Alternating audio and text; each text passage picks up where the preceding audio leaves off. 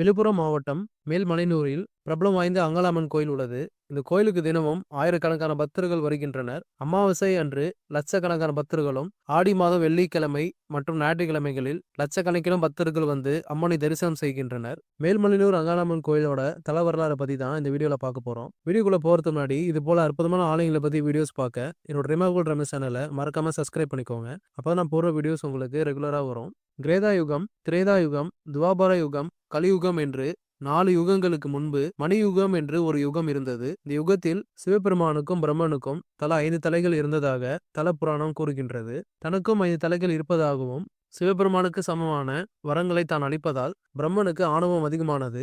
இந்த ஆணவத்தை அகற்ற பார்வதி நினைக்கின்றாள். அதன்படி பிரம்மன் வரும்போது நாதா என்று அழைக்கிறார். அதற்கு பிரம்மன் அனைத்தும் உணர்ந்த பார்வதிக்கு தன் கணவர் யார் என்று தெரியவில்லையா என சிரிக்கிறார். பார்வதி சிவபெருமானிடம் பிரம்மன் ஆணவத்தை போக்க அவரின் 5 தலைகளில் ஒரு தலையை கிள்ளி எடுத்துவிட வேண்டும் என்று கூறுகிறார். அதன்படி சிவபெருமான் பிரம்மனை அழைத்து கண்டித்தார். இருவருக்கும் இடையே வாக்குவாதம் ஏற்படுகிறது. முடிவில் சிவபெருமான் கோபத்துடன் பிரம்மாவின் 5 தலைகளில் ஒரு தலையை கிள்ளி எடுத்து விடுகிறார். வலியால் துடித்த பிரம்மன் சிவபெருமானை பார்த்து, கிள்ளிய தலையை உன் கையிலேயே ஒட்டி கொள்ளட்டும். உனக்கு வழங்கும் உணவை அந்த தலையே சாப்பிட்டுவிடும்.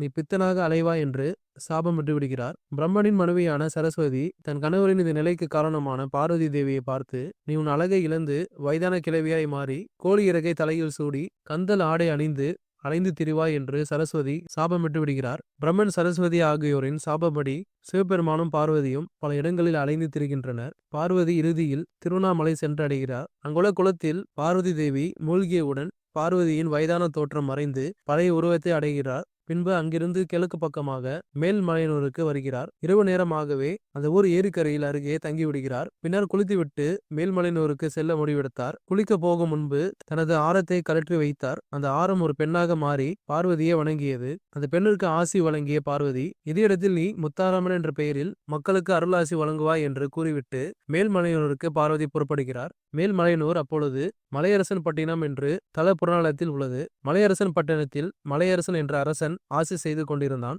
அவனுடைய பூங்காவனத்தில் புற்றுவாய் பார்வதி வீற்றிருந்தார். அங்கு காவலாளியாக மீனவ குலத்தை சேர்ந்தவர்கள் இருந்தனர். திடீரென உருவான புற்றுக்கு அந்த மீனவர்கள் மஞ்சள் குங்குமம் வைத்து புடவை சாற்றி தீபம் ஏற்றி வழிபட்டு வருகின்றனர். இந்த விஷயம் மன்னனுக்கு தெரிய வருகிறது. அந்த புற்றை இடித்து அப்புறப்படுத்துமாறு கூறுகிறார். மீனவர்கள் எவ்வளவு தடுத்தும் கேட்காமல் புற்றை இடிக்க கடப்பாறையை ஓங்கியவுடன் பூத கணங்கள் உருவாகி அங்கிருந்தவர்களை மன்னன் மீனவ காவலாளிகளை தவிர மற்றவர்களை மறைய செய்து விடுகின்றனர். இதனால் அதிர்ச்சி அடைந்த மலையரசன் தன் தவறை மன்னிக்குமாறு அந்த புற்றின் கீழ் மண்டியிட்டு வணங்கினான். அதிலிருந்து பூங்காவனத்தவனாக பார்வதி தேவி தோன்றி ஈசனின் சாபத்தை போக்கவே நான் இங்க வந்து தங்கியிருக்கிறேன் என்று கூறினார். என்னை நம்பி வணங்குவோருக்கு வேண்டிய வரங்களை அளிப்பேன் என்று கூறி மன்னனுக்கு ஆசி வழங்கி மறைந்தார். அன்றில் இருந்து மீனவ பரம்பரையினரே இந்த கோவிலில் பூஜை செய்து வருகின்றனர். பார்வதி மலையரசன் பட்டினத்தில் புற்றாக இருக்கிறார். தங்கள் அங்கு சென்றால் பாவ விமோசனம் கிடைக்கும் என சிவபெருமானிடம் மகாவிஷ்ணு கூறுகிறார். அதன்படி பல இடங்களில் அலைந்து திரிந்த சிவபெருமான் இறுதியில் மேல்மலையனூருக்கு வருகிறார். சிவபெருமான் இங்கு வந்தவுடன் அவரை சுடுகாட்டில் தங்க வைத்துவிட்டு பின்பு நவதானியங்களால் செய்யப்பட்ட சுண்டல், கொடுக்கட்டை ஆகியவற்றை சமைத்து அவற்றை ஒன்றாக பிசைந்து 3 சிவலிங்கமாக ஆக்கிக்கொள் என்று விஷ்ணு கூறுகிறார். முதல் உருண்டையை சிவபெருமான் கையில் உள்ள திருவொட்டில் போடு, அது பிரம்மனின் தலையை சாப்பிட்டுவிடும். 2வது உருண்டையும் போடு, அதையும் அந்த தலை சாப்பிட்டுவிடும். 3வது உருண்டையை போடுவது போல பாவனை செய்துவிட்டு கீழே இறைத்துவிடு.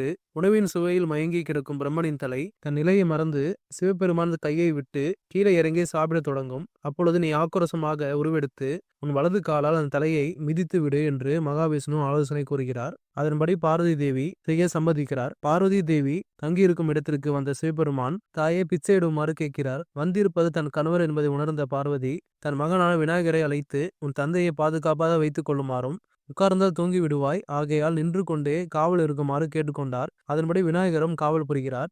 உள்ளே சென்ற பார்வதி மகாவிஷ்ணு கூறியபடி 3 உருண்டைகளை தயார் செய்து வைத்துவிட்டு சிவபெருமான் இருக்கும் இடத்திற்கு வந்து அவரை அழைத்து சென்று சுடுகாட்டில் தங்கியிருக்குமாறும் காலையில் வந்து பார்ப்பதாகவும் கூறிவிட்டு வருகிறார். சுடுகாட்டில் தங்கியிருந்த சிவபெருமான் அங்குள்ள சாம்பலை எடுத்து உடலெங்கும் பூசிக்கொண்டு படுத்து தூங்குகிறார். மறுநாள் காலையில் பார்வதி 3 உருண்டைகள் உள்ள தட்டை எடுத்துக்கொண்டு மயானம் வருகிறார். அங்கு மகாவிஷ்ணு கூறியபடி முதல் உருண்டையை போடுகிறார்.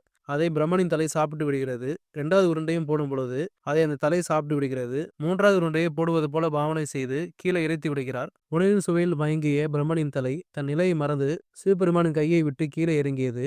உடனடியாக பார்வதி ஆங்கார உருவம் கொண்டு பிரம்மனின் தலையை தன் வலது காலால் மிதிக்கிறார். இதனால் சிவபெருமானுக்கு பிடித்திருந்த பிரம்ம அஸ்தி தோஷம் நீங்குகிறது.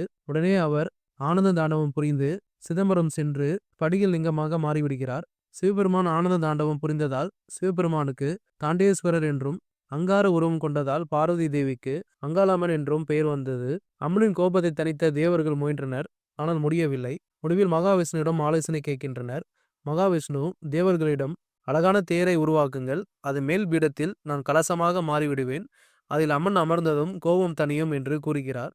அதன்படி 4 வேதங்களும் சக்கரங்களாக, தேவர்கள் ஒரு சில தேரின் கால்களாகவும், ஆகாயம் தேர் சிலையாகவும், மகாவிஷ்ணு தேரின் மீது உச்சியின் கலசமாகவும் மாறி அழகான தேர் பூங்காவனத்தில் எதிரே நின்றது. இதை பார்த்த அங்காளம்மன் அதன் மீது ஏறி அமர்ந்தார். மற்ற தேவர்கள் அந்த தேரை வலம் பிடித்து பூங்காவனத்தை சுற்றி வந்தனர். அம்மனின் கோபம் முற்றிலும் தணிந்தது. தேவர்கள் அம்மன் மீது பூ மாறி பொழிந்தனர். அங்காளம்மன் மனம் குளிர்ந்து தேவர்களை வாழ்த்தியதோடு தான் இங்கேயே கோவில் கொண்டு தன்னை நாடி வரும் பக்தர்களுக்கு வேண்டும் வரம் அளிப்பதாக கூறினார். அதன்படி இன்றும் அங்காளம்மன் தன்னை நாடி வரும் பக்தர்களுக்கு வேண்டும் வரத்தை அளித்து பாதுகாத்து வருகிறார். இதுதான் இந்த மலையனூர் அம்மன் கோயிலோட முழுமையான வரலாறு. நீங்களும் வாய்ப்பு கிடைக்கும் போது இந்த சக்தி வாய்ந்த மேல்மலையனூர் அங்காளம்மன் கோயிலுக்கு போயிட்டு வாங்க. நீங்க ஏற்கனவே இந்த கோயிலுக்கு போயிருக்கீங்கன்னா உங்களோட அனுபவத்தை கமெண்ட்ல சொல்லுங்க. மீண்டும் இது போல அற்புதமான கோயிலோட வரலாறோட சந்திப்போம். தொடர்ந்து இது போல வீடியோஸ் பார்க்க என்னோட ரிமாக்கோல் ரமேஷ் சேனலை மறக்காம சப்ஸ்கிரைப் பண்ணிக்கோங்க. ஓம் அங்காளம்மன் போற்றி. நன்றி, வணக்கம்.